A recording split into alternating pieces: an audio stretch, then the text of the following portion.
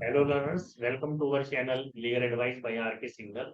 आप सभी लोगों का legal advice by R K Singhal channel में बहुत बहुत स्वागत है। जैसे कि हम हर बार अपने जो लर्नर्स क्वालिफाई करते हैं यूजीसी नेट के लिए, जेआरएफ के लिए, असिस्टेंट प्रोफेसरशिप के लिए, या जुडिशियल सर्विसेज के एग्जाम्स के लिए, तो जो भी लर्नर्स क्वालिफाई करते हैं उनके एक्सपीरियंस, उनके जो स्ट्रगल है इस एग्जाम को क्वालिफाई करने के लिए, वो आप लोगों के साथ शेयर करते हैं रियल टाइम के थ्रू। तो आज हमारे साथ इस सीक्वेंस में उजमा अंसारी जी हैं।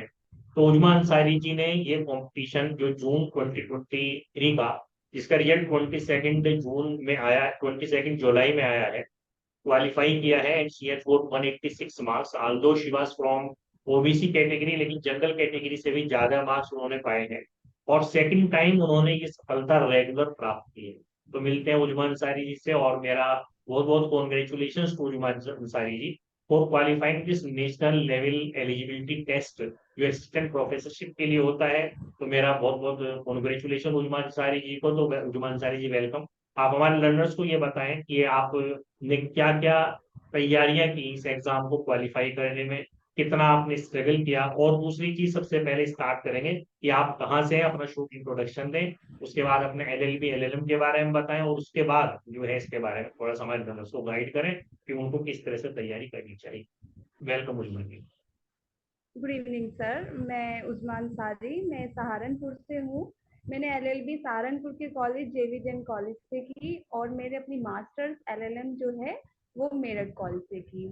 तो जब मैं एलएलएम कर रही थी तो मुझे क्यूरियोसिटी हुई कि नई नेट क्वालिफाई करना है। एक्साइटमेंट बढ़ा, मैंने यूट्यूब चैनल देखने स्टार्ट किए। तो वहाँ पर मुझे आपकी वीडियोस मिली। स्टार्टिंग में जब मैंने फर्स्ट वीडियो देखी तो मुझे बहुत ज़्यादा इम्प्रेसिव लगा आपका कंटेंट। आपका वे ऑफ टीचिंग जो था वो बहुत ज़्यादा डिफरेंट था और अच्छा था और मुझे बहुत ही अच्छा लगा। तो सर वहाँ से मैंने स्टार्ट की। उसके बाद मैंने आपके ऐप पे सब्सक्रिप्शन लिया और मैं फिर वहाँ से पढ़ी हूँ। उसके बाद मैंने वहाँ से पढ़ने के बाद फिर मैंने आपकी जो फ्री क्लासेस थी उससे कंटिन्यू रखा। और लास्ट 2022 में मेरा जो जून में अटेम्प्ट मैंने फर्स्ट अटेम्प्ट दिया उसमें मेरा नेट क्वालिफाई हो गया विथ 202 मार्क्स। जीआरएफ कुछ मार्क्स से रह गया, थोड़ा सा डिसअपॉइंटमेंट हुआ, लेकिन फिर भी मैंने अपनी स्टडी कंटिन्यू रखी। उसके बीच ही मेरा पीएचडी का एंट्रेंस एग्जाम हुआ सीसीएस यूनिवर्सिटी का, जिसमें मेरी फर्स्ट रैंक आई। तो थोड़ा सा मोटिवेशन वहां से बढ़ा, फिर मैंने प्रिपरेशन की, कंटिन्यू ही रखी थी सर। प्रिपरेशन मैंने कभी नहीं छोड़ी और आपकी ना ही मैंने कोई जितनी भी क्लासेस हुई है उनको मैंने कभी छोड़ा है। मैं आपकी सब क्लासेस देखती हूँ रिकॉर्डेड। तो उसके बाद मैंने ये अटेम्प्ट दिया जून का। इसमें मेरे 186 मार्क्स थे। जेआरएफ तो इस बार भी नहीं हो पाया, बट श्योरली मेरा नेक्स्ट टाइम जेआरएफ होगा। अभी मैं एज एन असिस्टेंट प्रोफेसर भी जॉब कर रही हूँ सहारनपुर के दीपांशु कॉलेज ऑफ लॉ में। और अभी मेरी पीएचडी भी स्टार्ट हो जाएगी, वहां पर मैंने एडमिशन ले लिया है। तो मैं सर की विशेष चाहूंगी कि इस बार मेरा जेआरएफ हो जाए और अपने 200% मैं अपनी प्रिपरेशन में दूंगी ताकि मेरा जेआरएफ हो जाए। Thank you so much sir. आपका मोटिवेशन हमेशा मुझे मोटिवेट करता रहा है कि नहीं, करना है करना है करना है। और मुझे लगता है इस बार जेआरएफ भी हो ही जाएगा। थैंक यू तो सो मेरी मच तरफ सर। से कॉन्ग्रेचुलेशन उस्मान अंसारी जी को। जैसे उस्मान अंसारी जी ने अपने एक्सपीरियंस के बारे में बताया कि अप्रैल 2022 से उन्होंने अपनी तैयारियां स्टार्ट की, और जून 2022 का जो उनका फर्स्ट अटेम्प्ट था उसी में उन्होंने यूजीसी नेट का असिस्टेंट प्रोफेसर का एग्जाम क्वालिफाई किया। उसके बाद में पीएचडी एंट्रेंस में अगेन टॉप रैंकर वो रही। और उसके बाद में सेकंड टाइम जब उन्होंने अटेम्प्ट दिया तो again CS qualified UGC net.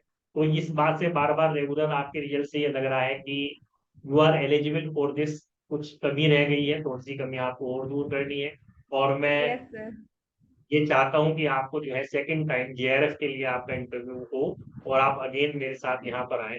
लेकिन हमारे लर्नर्स को ये और बताएं उलिमा जी कि कितने आवर्स, कितने घंटे उनको जो है रोज तैयारी करनी चाहिए, और इसके अलावा जो है कितना टाइम पीरियड उनको लग सकता है तैयारी में, अगर वो अपना तैयारी स्टार्ट करते हैं 6 महीने, 1 साल, 1.5 साल या 3 महीने की, मतलब क्या आप कहना चाहेंगे लर्नर्स को, इसके बारे में भी जरूर बताएं। क्योंकि एक बड़ा अपने आप में क्वेश्चन होता है किसी भी नए लर्नर के सामने कि भाई अगर मैं क्लासेस को ज्वाइन करूँ तो कितने आवर्स मुझे पढ़ना है, क्योंकि देखिए सभी का टाइम बड़ा कहना चाहिए कि इस स्टेज पे जाकर के मतलब कहना चाहिए कि बिजी हो जाता है। जैसे आपने खुद बताया कि आपने खुद पीएचडी भी आप कर रही हैं, रिसर्च स्कॉलर भी आप हैं, इधर असिस्टेंट प्रोफेसर की भी आप जॉब कर रही हैं, इधर जो है आप अपने कॉम्पिटिशन भी दे रही हैं। तो किस तरह से वो अपने टाइम को मैनेज करें, कितने आवर्स का वो टारगेट लेके चलें, और कितना टाइम पीरियड तक उनको तैयारी करनी है, इसके बारे में थोड़ा सा क्लैरिटी बताइए।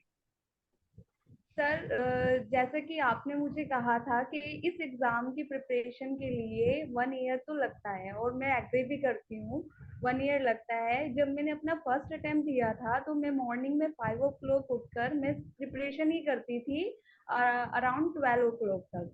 मैं 12 बजे तक प्रिपरेशन करती थी और इस एग्ज़ाम के लिए सबसे पहले कंसिस्टेंसी बहुत ज़रूरी है, आपका हार्ड वर्क, खुद पे अपना विश्वास कि आपको अगर खुद पे विश्वास नहीं है तो आपका ये एग्जाम क्वालिफाई नहीं हो सकता। और आपकी स्टडी में रेगुलरिटी होनी चाहिए।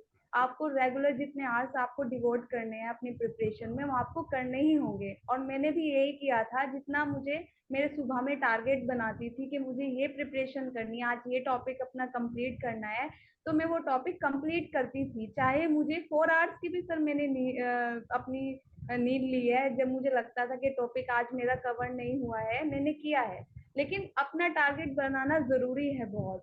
और मैंने अप्रैल से स्टार्ट किया था सर, और अक्टूबर में हमारा एग्ज़ाम था, तो मुझे 1 ईयर से पहले ही मेरी प्रिपरेशन हो गई थी। स्टार्टिंग में मुझे लग रहा था कि नहीं होगी, बट जब आप मोटिवेट करते थे, मैंने आपसे बात भी की कमेंट में, फिर मुझे लगा नहीं, आप कर सकते हो, जब सर बोल रहे हैं तो कर सकते हो आप।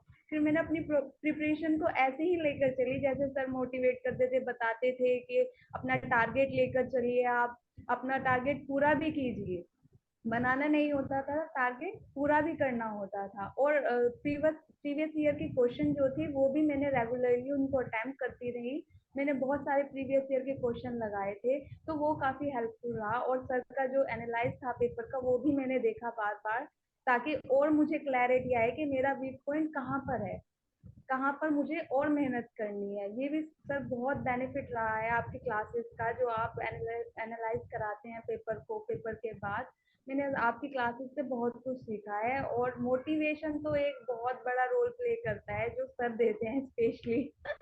हर बात पे सर बोलते हैं नहीं, करना है आपको। तो सब यही चीज़ें थी। बस ये है कि आपको रेगुलरिटी के साथ अपनी प्रिपरेशन रखनी है और ऑनेस्ट रहना है खुद के लिए।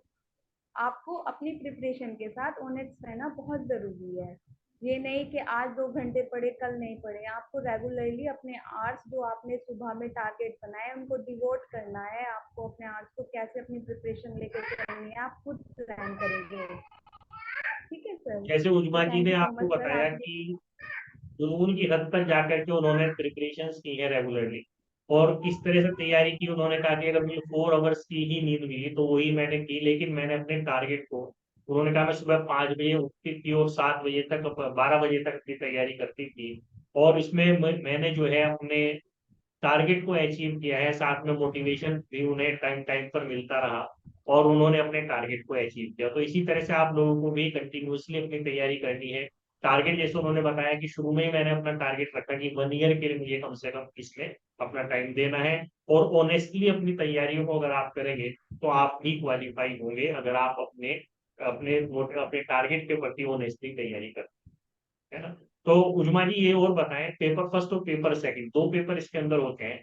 पेपर फर्स्ट में भी 10 यूनिट्स हैं, पेपर सेकंड में भी 10 यूनिट्स हैं। तो इनके बीच में अगर हमें टाइम का बाइफर्केशन करना हो, मतलब कितना टाइम हम पेपर फर्स्ट की तैयारी के लिए दें, कितना पेपर सेकंड की तैयारी के लिए दें, तो उसके लिए हमें कितना कितना टाइम देना चाहिए, है ना। तो उसके लिए भी थोड़ा सा गाइड। सर, मैं फर्स्ट पेपर को मैं देती थी 3 आवर्स। इसमें मेरा कॉन्सेप्ट होता था और प्रीवियस ईयर के क्वेश्चंस होते थे। और सेकंड पेपर को मैंने ज़्यादा टाइम दिया क्योंकि सिलेबस बहुत वाइड होता था और सारे सेक्शन को रटना, देखना कॉन्सेप्ट कहाँ है, किस सेक्शन, क्योंकि सेक्शन बेस्ड क्वेश्चन बहुत आते हैं। मेरे टाइम पे भी इंडेक्स बेस्ड क्वेश्चन आए थे। तो मैं ज़्यादा टाइम सेकंड पेपर को दे रही थी। मेरा शेड्यूल ये होता था सर, मॉर्निंग में तो मेरा सेकंड पेपर होता था। मॉर्निंग में जो मैं 5 बजे से 12 बजे तक रेगुलरली बैठ कर पढ़ती थी, वो मेरा सेकंड पेपर का होता था प्रिपरेशन। और रात में क्योंकि मैं फर्स्ट पेपर का सिलेबस कम था, तो रात में मैं फर्स्ट पेपर करती थी अपना। तो रात में मेरे 3 घंटे मेरे रात में फर्स्ट पेपर को होते थे, और मॉर्निंग का जितना भी टाइम होता था वो मेरे सेकंड पेपर को जाता था। तो जिस तरह से उमा जी ने आपको बताया कि टाइम की बैलेंसिंग, टाइम का बाइफरकेशन उन्होंने इस तरह से किया, बिल्कुल इस तरह से जिस तरह से पेपर आता है, जैसे 1/3 पेपर आपका पेपर फर्स्ट से आता है और 2/3 पेपर पेपर सेकंड से आता है, तो इसी तरह से उन्होंने अपने टाइम का बाइफरकेशन किया, 5 to 6 आवर्स पेपर सेकंड के लिए रखे, और बिल्कुल उसका हाफ जो समय था, मतलब कि 3 आवर्स का समय वो उन्होंने पेपर फर्स्ट के लिए रखा। तो इस बैलेंसिंग ऑफ टाइम की वजह से she is regularly getting success in this exam, है ना। तो ये की हुई इनके तैयारी की, और ये इनकी जो स्ट्रेटेजी है, ये इसलिए अपने आप में एक पावरफुल स्ट्रेटेजी कही जा सकती है तैयारी के। तो thank you Uzma ji for giving your time, for sharing your experience with our new learners. और भी कुछ आप हमारे लर्नर्स कहना चाहेंगे उजमा जी? मैं तो सर ये कहना चाहूंगी कि अगर आप राजीव सर को देख रहे हैं तो आपका डेफिनेटली नेट जेआरएफ जो भी आप अचीव करना चाहते हैं लाइफ में, तो वो आपको मिलेगा। क्योंकि सबसे ज्यादा रोल जो होता है, बार बार हर पॉइंट पे हम डिसअपॉइंटेड हो जाते हैं, हमें लगता है कि हम नहीं कर पाएंगे। तो सर का मोटिवेशन जो है वो एक इम्पोर्टेंट रोल प्ले करता है, और बार बार ये कहता है कि नहीं, you can do it, you can do it. तो मुझे तो यही लगा है कि सर की क्लासेस बहुत ज़्यादा मेरे लिए बेनिफिशियल प्रूफ हुई है मेरी प्रिपरेशन में। Thank you sir. Thank you Uzma ji for giving your experience, और साथ में मैं कॉन्ग्रेचुलेट करना चाहूंगा फॉर क्वालिफाइंग दिस एग्जाम, और आगे भी मैं आशा करूंगा कि जीवन में आपको और ज्यादा सफलताएं मिले, ईश्वर आपको उन्नति दे, तरक्की दे और साथ में सुख प्रदान करे। Thank you Uzma ji for giving your time. Thank thank you sir.